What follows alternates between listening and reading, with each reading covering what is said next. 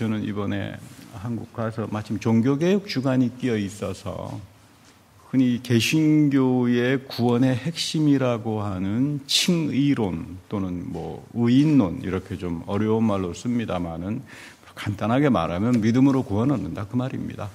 그게 지금 뭐냐? 그거를 좀 이야기해 줬으면 좋겠다. 믿음으로 구원 얻는다만 알지 그 내용을 모른다. 새 언약이 뭔지도 모르겠고. 그래서 많은 고민을 했습니다. 소중한 내용을 그분들하고 나누는 것도 좋지만 여러분들하고도 좀 나누는 게 좋을 것 같아서 저는 이번에 가서 하게 되는 이른바 강연입니다만은 이제 칼 바르트라고 하는 사람이 의인론, 칭의론을 어떻게 봤나. 엄청난 책을 저술하기도 하고 상당히 그 성서 주석을 심오하게 하시는 분인데 이분의 글을 읽어보면은 깜짝 놀라는 게 있습니다. 칭의론은 욥이다 이렇게 말합니다.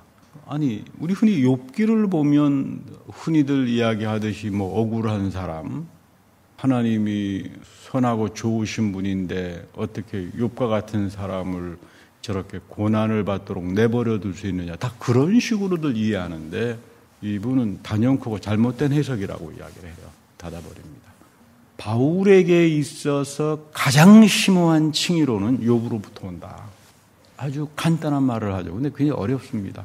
하나님은 욥의 절규와 기도를 의롭게 하심으로써 하나님 자신이 자기를 의롭게 하신다. 이게 도대체 무슨 말인가? 여기서 걸러집니다. 아니 흔히 우리가 알듯이 욥은 대부분 100%가 다 저까지 포함해서 아니 욥이 억울한 사람 아니냐. 그런데 어떻게 친구들의 그 여러 가지 질문에 대해서 흔히 신종론이라고 합니다. 좀 어려운 말로 신종론. 하나님이 선하신데 저렇게 반개할 수 있느냐. 오늘날도 이 세계에 얼마나 많은 희생당하는 욥이 있느냐. 하나님의 정의를 위해서 나가자 투쟁하자 이게 이제 우리 흔히 사회정의에 예민한 목사님들의 주장인데 그거 완전히 찬물 부어버리죠. 그런 거 아니다. 바울에게 이 부분은 하나님은 예수 그리스도의 십자가 속에서 예수 그리스도를 부활시킴으로써 하나님 스스로를 의롭게 하셨다. 이렇게 이해해 줍니다. 그러니까 우리가 믿음이란 무엇이냐? 믿음은 단적으로 말하면 십자가 앞에서 내가 영적인 중업을 경험하는 자들에게 하나님은 성령을 통해서 비로소 이 예수 그리스도 안에서 욥과 같은 현실, 엄청난 고난의 현실 속에서 하나님은 나에게 성령을 통해서 믿음을 주셔서 이걸 믿게 한다 이 말이에요. 이거 사람의 능력으로 못 믿습니다. 저도 못 믿었습니다. 목회자로서 신학자로서 한 40년을 살아오면서 과연 이게 뭔가. 그런데 이제 와서 생각을 해보면 맞는 말이다. 사도 바울의 삶 속에 흔히 우리가 알듯이 욥에 대한 항변은 없어요. 그러니까 우리가 욥을 잘못 이해했다는 거예요. 여러분 보세요. 욥기를 읽어보면 하나님 내가 억울한데 이럴 수가 있습니까? 저럴 수가 있습니까? 나오잖아요. 근데 바울에게서 바울도 사실 욥 정도로 고생하지 않았습니까? 복음을 전하면서 새 언약의 복음을 전하면서 특별히 오늘 우리 고린도 교회에서 잘 나타납니다만은 욥과 같은 그런 항변이 없어요. 그 말은 바울은 욥의 현실을 예수 그리스도의 십자가의 참혹한 고난의 현실 속에서 그를 살림으로써 하나님 자신이 나를 의롭게 여겨주셨다. 이 하나님이 성령의 믿음을 통하여 나의 믿음을 의롭게 여겨주셔서 나는 이 믿음으로 구원을 얻는 거다. 이런 뜻입니다. 좀 어렵습니다. 제 강연의 요지는 이겁니다. 믿음은 십자가 앞에서 자기의 영적 죽음을 경험하지 못하면 구원이 뭔지 새 언약의 복음이 뭔지 그 속에서 너가 죄의 저주로부터 해방당하는 그 놀라운 축복이 없이는 살아날 수 없다. 제가 지난 시간에도 말씀드렸습니다마는 우리 출애굽에 보면 굉장한 말씀이 나오죠. 하나님께서 이스라엘 백성에게 토라를 주셨을 때 놀라운 거는 하나님 우리가 듣고 실행하겠습니다. 이렇게 생각하는데 전혀 정반대로 말합니다. 하나님 우리가 행하고 듣겠습니다. 이거 굉장히 심오한 이야기예요. 거기서 행함이라고 하는 건 무엇일까? 내 선행인가? 내 봉사인가? 뭐 교회 일 열심히 하는 건가? 그런 거 아닙니다. 하나님 내가 행하겠습니다. 뭘 행하는가? 출애굽기 34장에 나오는 하나님의 13가지의 위대한 미도스라 그래요. 히브리 말로. 하나님의 위대한 성품이에요. 그 하나님의 위대한 성품을 내 삶 속에서 실행하겠다. 그럴 때 비로소 나는 당신이 나에게 말씀하시는 음성을 듣습니다. 그런 뜻이에요. 뭐 한국에서는 요즘 어떻게 하면 하나님 음성을 듣는 법 해가지고 이야기하는데 하나님 음성 듣는 법 100번 세미나 한들 한 소리도 못 듣습니다. 자기 음성 듣고 다 끝나겠죠. 행하라 그리고 듣겠다. 뭘 행하는가? 하나님의 성품에 참여하고 하나님의 성품을 행하라. 출애굽기 34장에 나오는 위대한 하나님의 축복의 말씀이잖아. 내 하나님이 이런 하나님이다. 그러니까 너희들은 이 하나님의 삶에 참여하는 거야. 삶을 통해서. 그때 비로소 너희들은 하나님의 음성이 들려오고 너희의 기도를 하나님께서 들으시는 거다. 이 기본적인 구약적인 욥과 토라 속에서 나오는 이 내용이 오늘 사도 바울이 이야기하는 고린도전서에 그대로 들어와 있는 겁니다. 고린도 교회는 복잡합니다. 싸움하고 서로 질투하고 서로 정죄하고 사람이 남을 정죄하기 시작하면 눈에 들어오는 게 없어요. 서로 화목할 때 뭐 부모님도 위대하게 보이고 그 사랑도 감사하게 보이는데 뭐 부모 자식 간에도 형제지 간에도 뭐 돈 때문에 싸움하기 시작하면 그거 다 사라져 버리잖아요. 나타나는 거는 자기만 옳아요. self-righteous라고 하는 말인데 자기만 옳아요. 바울이 말하는 의인론은 이거 엑스표해버리는 겁니다. 하나님 앞에서 아무도 self-righteous 할 수 없다. 바리새파처럼 가지 말라 그 말입니다. 또는 고린도 교인들처럼 그 고린도의 잘못된 문화적인 종교성 그걸 가져서 완전히 영지주의화가 되어버린 사람들이죠. 고린도 교인들은. 잘못된 성령 체험, 잘못된 믿음 이런 것들을 가져서 너 삶을 하나님 앞에서 하나님의 거룩한 성품을 실행에 옮기면서 하나님의 음성을 듣는 게 아니라 나만 우러워, 나만 잘났어, 나만 똑똑해 이거 가지고 가다가는 모두가 다 잃어버리고 만다. 하나님의 구원론은 이거 가지고는 접근이 안 된다 그 이야기입니다. 그래서 오늘 바울은 상당히 중요한 말을 합니다. 3장 18절로 가보면 하나님께서 이 세상의 지혜, 너희들 지금 그리스 사람들이 이야기하는 여러분 그리스는 대단한 도시죠. 아테네하고 가까운 데 있고요.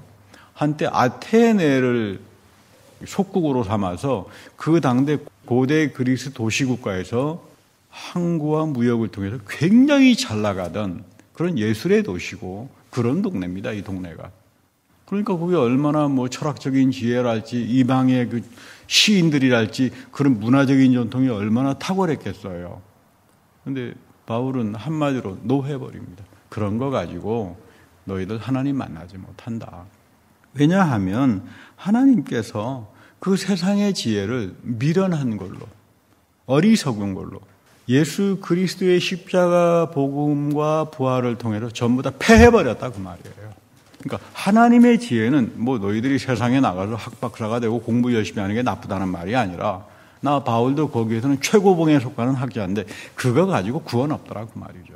진정한 구원은 하나님의 지혜를 만나는 건데 살아계신 하나님의 축복을 만나는 건데 그것은 예수의 십자가 부활 속에서 드러나는 그분의 성품 이걸 너희들이 행하고 이걸 가지고 사랑하고 살아갈 때 하나님은 끊임없이 너희들에게 음성을 너희들의 기도에 귀를 기울여 주시고 이 축복의 삶이 이어지는 거지 잘못된 길로 가지 말라 그런 이야기입니다. 그러니까 성경은 말합니다. 하나님을 경외하는 게 지혜의 근본이야. 내가 세상에 나가서 뭐 공부를 많이 해가지고 그런 분들이 교회에 있으면 굉장히 지식과 지혜가 넘칠 것 같은데 싸움밖에 안 합니다.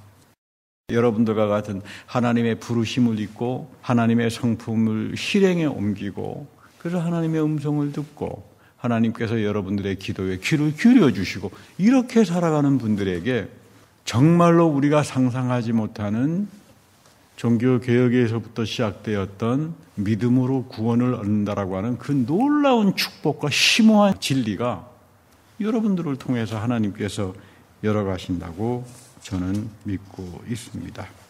야고보서에 보면 아주 그 중요한 말씀 하잖아요. 너희들 지혜가 부족하면 하나님께 간구해라. 지식과 지혜가 부족하면 물론 맨날 유튜브를 하시면 정보 구글 찾아가지고 그것도 필요하겠죠. 근데 인생에서 정말로 어려운 순간에 힘들 때 또 우리가 어떤 결정을 할 때 그거 쉽지 않잖아요. 앞으로 미래가 어떻게 될지도 모르고 한순간의 선택이 내 인생을 완전히 결정해버리고 그러는데 그럴 때 하나님께 간구하라. 하나님께 지식을 간구하고 하나님께 지혜를 간구하라. 하나님이 그 간구를 사랑한다. 하나님께서 우리가 그런 기도하는 걸 굉장히 사랑합니다. 그래서 기도하세요. 하나님께서 바로바로 응답합니다. 하나님께서 나에게 선한 생각을 주십니다. 여러분들 다 기도하시는 분들이니까 어려운 문제를 가지고 이거 내가 어떻게 하면 좋을까? 하나님께 간구합니다. 하나님 말씀을 읽기도 합니다. 그때 하나님께서 저에게 선한 생각을 주세요. 이거 이렇게 길이 열리는구나. 그래서 예수님께서 내가 길이요 진리요 생명이라고 할 때 길이란 말이 바로 이거로구나. 하나님의 선한 생각이 들어오니까 내가 보던 세상이 같은 세상이 아니에요. 하나님께서 지금 이 세상 내가 생각하고 고민하는 일을 이렇게 보시는구나. 그래서 길이 이렇게 열리는구나. 진리가. 여러분 바로바로 주세요. 하나님 돈 주십시오. 우리 자식 잘 되게 해 주십시오.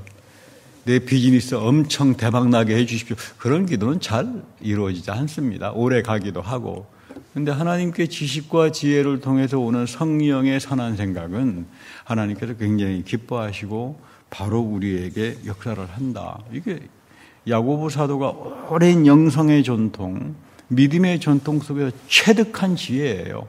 이걸 우리에게 알려주는데 바울도 마찬가지예요. 세상의 지혜, 세상의 지식 그거 다 패해버렸다. 나 바울은 세상 최고봉의 토라의 선생으로 있었지만 난 메시아 죽이려다 했던 사람 아니냐. 그 거룩하지 않은 지식이라고 하는 게 사람을 얼마나 교만하게 만들고 엉터리로 만들고 쓰레기로 만드냐. 나는 폭행자였는데 이런 이야기입니다. 바울은 그래서 본문에서 아주 중요한 말을 하는 게 그리스도를 바로 알고 그리스도와 하나님 그리고 나와의 관계를 바로 알면 모든 분쟁은 다 해결되는 거다. 근데 너희들에게는 그리스도에 대한 바른 지식이 없어서 결국은 분쟁하고 정죄하고 서로 다투고 그러다가 보니까 하나님의 일꾼으로 살아가지 못한다 그 말입니다. 여러분 우리 하나님의 일꾼이라고 하는 말은 여러분 물론 신앙생활하면서 교회 봉사도 하고 여러 가지 선한 일도 해야 되겠죠. 근데 이 뜻이 뭐냐 하면 일꾼이라고 하는 말은 밑에서 노를 젓는 사람이란 뜻이에요. 일꾼이란 말이.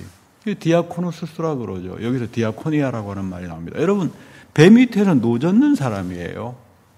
자기가 의로워 내가 잘났어 이거 여러분 드러낼 건덕조차도 안 되는 겁니다. 근데 배 밑에서 노를 젓는데 옛날에 큰 배 밑에 보면 로마 시대 때 배 밑에서 노 젓는 사람들이 다 노예들이잖아요. 종들이고. 양쪽에 거대한 노가 많은데 저절로 움직이는 것이 아니라 노가 한 20개가 있으면 20명의 노예가 그 노를 잡고 열심히 밑에서 젓잖아요. 그 캄캄한데 쭈그려 앉아가지고 있는 힘을 다해서 노를 젓는다. 이게 일꾼이란 말이에요. 바울이 이야기한 디아코니아라고 하는 말. 여기서 나오는 말이죠. 빨리 저으라 그러면 빨리 젓는 거고 천천히 저으라 그러면 천천히 젓는 거고. 그런데 그 명령을 쫓아서 노를 저을 때 그리스도가 너희들의 인생의 배를 이 역사의 배를 움직여 나가신다. 그런 이야기입니다. 그러니까 우리가 신앙생활하면서 봉사란 무엇일까? 그리스도가 내 삶과 동행하면서 그분이 일할 수 있도록 편안하게 나는 맨 밑에 배 밑에 가가지고 그분의 말씀을 실행하면서 놓아젓는 게 여러분 선한 일이고 하나님께서 기뻐하는 봉사고 그것이 하나님이 우리에게 보응해 주시는 축복이 되는 겁니다. 그래서 사실은 이 일꾼 속에 굉장한 의미를 이야기하는데 바울은 이런 사람들을 가리켜서 하나님의 비밀을 맡은 자다. 이거 참 놀라운 이야기죠. 오이코노모스라고 하는 말인데, 오이코노모스. 그러니까 누가 하나님의 비밀, 하나님의 지혜의 비밀, 하나님의 구원의 경륜의 비밀을 맡았나? 노젓는 자들이에요. 이들에게 있다. 나 바울은 그렇게 산다 그 말입니다. 이거 다른 말로 말하면 우리 예수님이 말씀하신 심령이 가난한 자는 복이 있다. 하나님의 나라가 그들의 것이다. 그 말이에요. 물론 심령이라고 근사하게 번역을 해가지고 하지만 원래 이 원문 뜻은 심이 없습니다. 영이 있지. 영이 가난한 자는 복이 있다. 하늘나라가 그들의 것이다. 그 말을 지금 바울은 디오쿠노스라고 하는 내 배 밑에서 노를 젓는 나 바울은 하나님의 귀한 신비, 비밀, 구원의 비밀과 축복을 맡은 경륜의 사역자다. 너희들도 그렇게 살았으면 좋겠다. 근데 왜 고린도 교인들은 몇 푼 되지도 않는 이상한 지식들 갖다 놓고 이상한 체험들을 갖다 놓고 다 영주주의에 빠져가지고 왜 그런 그 어리석은 짓들을 하느냐. 그런 이야기입니다. 구약으로 돌아가면 우리 오늘 아브라함의 스토리 속에서 상당히 중요한 것을 우리가 보게 되죠. 아브라함에게 충성되고 나이 많은 종이 있었습니다. 노예죠. 하인이죠. 근데 아브라함이 그를 믿어요. 근데 아주 신실한 종이기 때문에 전적으로 믿었습니다. 어느 정도 믿었냐 하면 오늘 본문 창세기 24장에 보면 하나밖에 없는 외아들을 이제 장가를 보내야 될 텐데 며느리를 선택하는데 너가 가서 원하는 대로 가서 선택하고 와라. 그러니까 이건 뭐 굉장한 거죠. 근데 오늘 본문에 보면 이런 내용이 나옵니다. 아브라함이 아주 중요한 이야기를 하는데 하늘의 하나님 여호와께서 나를 내 아버지의 집과 내 고향 땅에서 떠나게 하시고 내게 말씀하시며 내게 맹세하여 이르시기를 이 땅을 너 씨에게 주겠다. 그가 그 사자를 너보다 앞서 보내실지라. 이 말은 하나님이 약속했기 때문에 야 너는 내 종이고 노예지만 지금 며느리감 구하러 가는데 염려하지 마라. 너가 마음대로 선택할 수 있어. 왜? 하나님이 약속했기 때문에 너 앞서서 하나님의 사자를 보낸다. 하나님의 천사를 미리 보내서 다 앞서서 일들을 다 하신다 그 말이에요. 지금 여기 보면 굉장한 신앙 고백이 담겨져 있죠.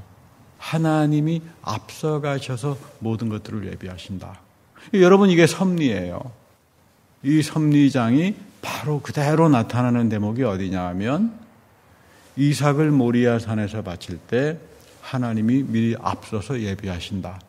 그러니까 여러분 우리가 그 섭리라고 할 때는 과거에 하나님이 나를 이렇게 섭리해가지고 이렇게 생각하는데 구약 성경에서 말하는 섭리는 여러분들의 미래입니다. 미래. 성경은 과거에 안주 안 합니다. 항상 미래를 향해서 나갑니다.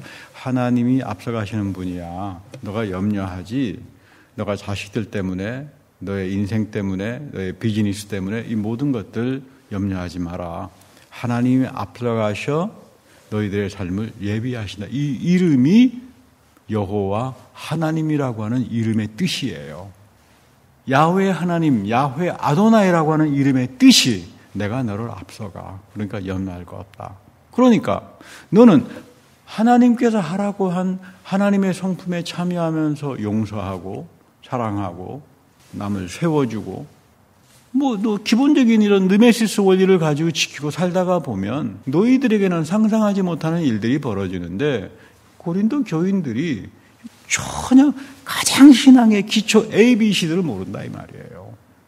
그래놓고는 자기는 잘 믿는다고 그러면 어떻게 무슨 말을 할 수 있겠습니까? 바울도 할 말이 없죠. 사실 그 당시에 여러분 아브라함 시대 때 사진이 있는 것도 아니고 전화가 있는 것도 아니고 무슨 이메일이 있는 것도 아니고 그냥 갑니다. 사람 선택하는 일인데 엄청난 일 아닙니까? 장차 우리 주인님 후사가 결정되는 며느리를 하는데 아브라함은 이 종을 믿었습니다. 이 종을 믿기에 앞서 더 믿은 건 하나님의 약속이에요. 하나님이 너 앞서가서 며느리를 구해오는데 예비하실 것이다. 하나님의 섭리가 있다. 왜냐하면 하나님이 이 땅을 내 씨에게 주겠다고 약속을 했다 이 말이에요. 하나님의 위대한 약속은 믿음으로 옵니다. 우리는 그 하나님의 약속을 믿는 사람들이에요.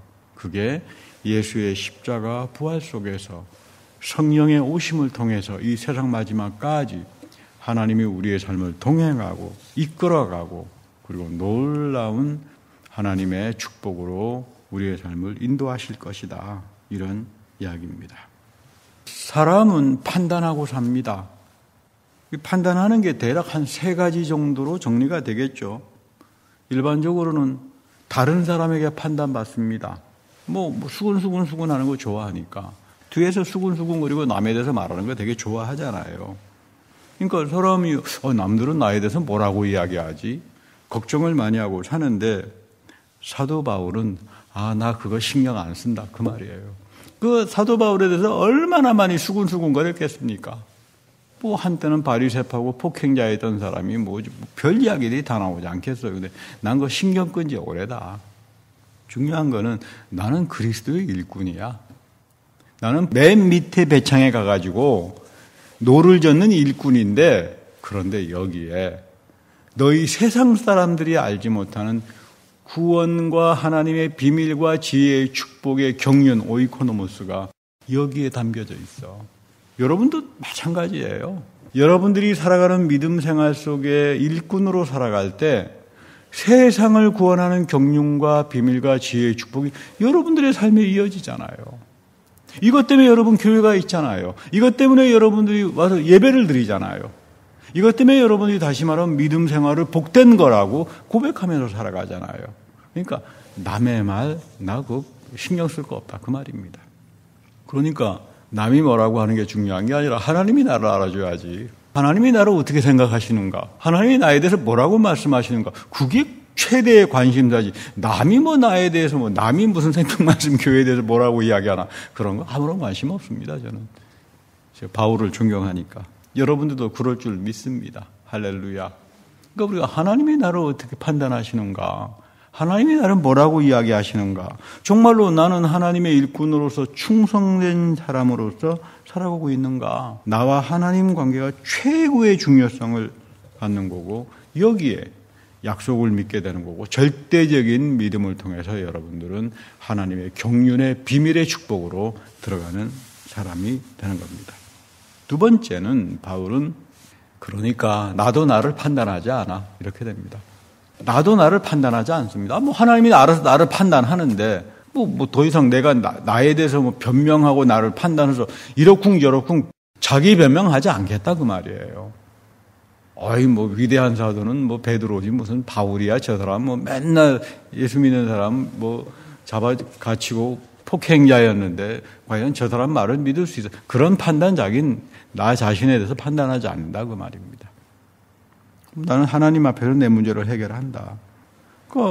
인간은 기본적으로 원죄가 있어요 우리에게. 그건 남 판단하는 겁니다. 그 누구도 이 원죄에서 빗나가지 못합니다. 그 선악과를 따먹어가지고 판단하잖아요. 하나님이 판단하는 게 아니라 내가 선악과 따먹어가지고 내가 판단할 거야. 이게 우리들의 원죄이기 때문에 이 세상 전부가 다 이 판단에서 빗나갈 수 있는 사람이 없어요.